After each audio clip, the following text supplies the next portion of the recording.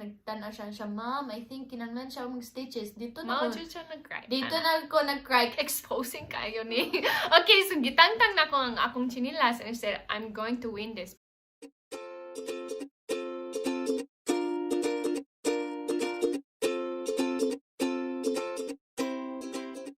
In today's video, we are talking about among mga injuries in the Philippines growing up because it's fun.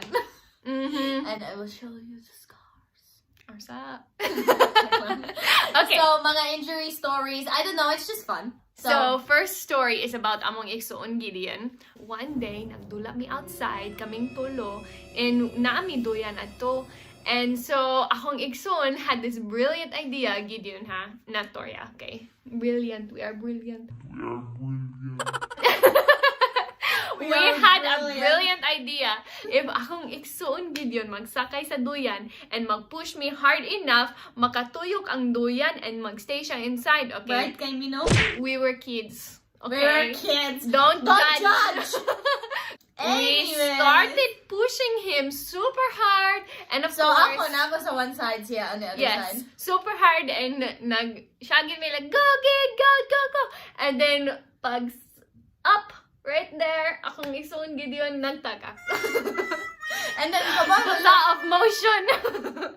we did not go to school. Yeah. Pero kanang, you know the kanang mga boxes around sa mga trees, mga simento, naigot siya sa ulo sa corner sa cement. They ask you how you are, you just have to say that you're fine when you're not really fine. And then, Yeah, hospital, stitches. and stitches sa iyang ulo. At least it was his idea. Not mine. Okay, second story. So, Yes. Second second story. story is about me. Story. Most of these are about me. Lagi. Accident prone kayo na siya. So, nagduwa mi dakop-dakop. Yes. And then, nasa parking lot among old na church, kanang it was in parking lot. So, nagduwa mi dakop-dakop. Nagliko ko ba kay adi ko it. So, nagliko ko to tanaw kung ang it nag-follow. So, I turn around. And, pag turn back around, naisakyanan. Naigo dyan ang Right? No, naigo ako eyebrow. Oh, eyebrow, sorry. Naigo ako eyebrow. Nakita mo sa scar. I don't think it's that one actually. No, it's that one. It's I that don't know one. it's this one. Yeah. Okay. I have two scars. One from bata pa ko and then one from kato. Accident prone ganito. But kita mo kanang scar, I needed 6 stitches. Because I hit the car and then nag-hold ko ba. And then kanang, wala dyan ko nag-cry. Nag-hold ko. And then ang usa ka bata, siya, dugo! Dugo! And then, pagtanaw na ko, grabe ang blood kay kabalo mo sa ulo mo. Bleed yun na, daghan. So, nag-ato ko sa CR, nagkuha ko ka ng tissue niya. Akong gibutang sa sud. Kaya ang, Smart ni mo dayo. kaya ang skin man, nagkanang tang-tang jud ba? Nagbutang ko tissue, para mas stop ang dugo. And then, nagsud ako, mama, siya, what happened? What happened? So, ato mi namin nurse sa among church, nagtanaw siya, Mom, I think kinanglan siya mag-stitches. Dito na Mao ko. dyan siya nag-cry. Dito na ako nag-cry. Oh, I don't want a shot! So, pag ato na ako, nag-cover sila sa akong face, nagbutang sila stitches, nag-cry ko, and then ako, mama, nag-tell siya na akong story. And then, ano ko, Mommy, in the story, can they not get hurt, please? Luoyan ni mo, Toria, oy. Bata That's pa ba only- ato? That's only one story out of 3. Yeah. And she had daghan pag yun to Okay, choose so from. next Anyways, story. okay, sorry, next story. The next story is about when I was at camp.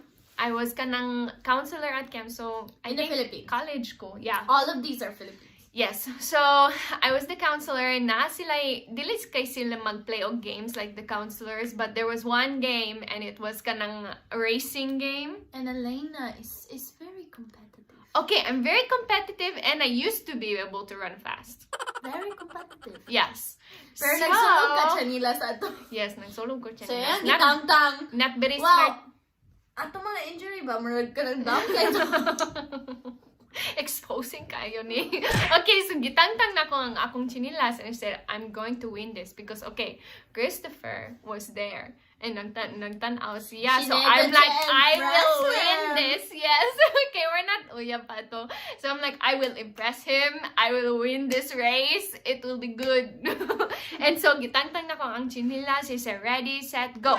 So nagdagan me. We crossed the line. Pag turn around, dagan balik. I was in second place. Okay? Na ako, I will win. I will win. So, gipush dun na ako na magdagan ko faster. Ayay. Akong feet got tangled and wipe out yun. And then, simento ang gym. Yes, with daghan kaayo mga small na pebbles. So, yeah, I sprained akong ankle. And then, grabe and- iyang foot, cut kaayo niya, iyang knee. Yeah, and And then then for the kay rest dugo. of camp, I was Di kind siya of kahuwang. hobble. Then, sige Gideon, sige siya carry ni mo. Yeah, it was Oh, so it's so sweet. And then Christopher Gideon na nag-care akong siya brother. nako, yeah. Akong brother nag-carry niya. Kay si Christopher di pa man married, so wa pa sila nag-touch. Yeah, you know. So, yeah. Gideon take care of me and then Christopher nag-take care siya na ako. Nagkuha siya og kanang chair para sa akong food. Yo, it's so sweet. But That's yes. it. Okay, so next story. So we're riding bikes sa katong same na parking lot sa church. Sa same na parking lot. Yeah. When I heard my eyebrow. So nag-riding me mga bikes. I think 5 years old ko or 6. Like bata pa jud ko. I don't really remember everything. But kanang apparently there kanang lain na bata nag-ride pun sila bike. I don't think Gideon. Was it Gideon? I don't know. I don't know, but nag-ride og bike and then ako sa smaller bike and then nag-collide me. Pero akong handlebar, wala na to katong rubber cover. So, kanang, I don't know how, pero grabe po ang aim. Yeah. Naigo sa akong ear and then na-open, na-cut siya, na-apog ko I'll show you. But, Murag na ay 2 earrings ang iyang you know how bundan. sometimes mga tao mag-pierce og duha? Murag na ako'y duha. Then, Isyo, Toria. oh, Isyo. pero, Isyo. Makakita ka. I-turn gamay. Turn gamay. Kana. na-fade jud siya, kanang kita mo, dira? I just remembered this, ha? I remember my dad, he told me, it's like, it's okay, Toria, just look. Imong ear, pierce na. Only one more.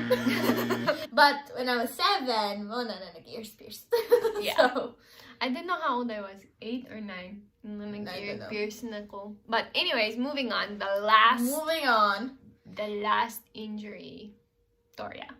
Toria Kalimot na ko. When 4 years old or 5 years old ko, we were playing piggyback and then magsakay mi sa back, no? And then, pag abot na mo sa couch, mag-fling sila na mo, then mag-flying mi sa couch, and then lingaw Lingaw. tayo.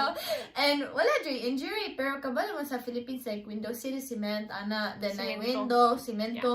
So, pag flying na ko in the air, I think I was too light and I flew too far and then naigo akong ulo sa kanang Semento. corner sa simento and then I needed stitches there too. Stitches gyapon. Dagan kay ning mga stitches. Lena, I Sorry. think kanang That's what's wrong with you. This is wrong. Sigo igo sa ulo. Yeah, so more na among crazy injury Injury stories. stories. Not for me more injury stories if you like, but if not then it's boring. It's okay. Okay, that's fine. Yeah. Next time na lang. And Sige. most of them are me. Yeah, tinuod yun. Rare kaayo kung maka-injure sa kung sa... Grabe, pag bata niya, Hadlok ko careful siya. kayo siya. Ako, Yeah. og si Gideon, kanang grabe ka Bahala lang. adventurous. Like, nag-step ko sa barbed wire, ang daghan pa to. Daghan pa Yeah. to, injury. Pero, more Sige. na. I hope you enjoyed. Please like and subscribe. And like and follow us on all of our social media platforms. Bye! Pogi!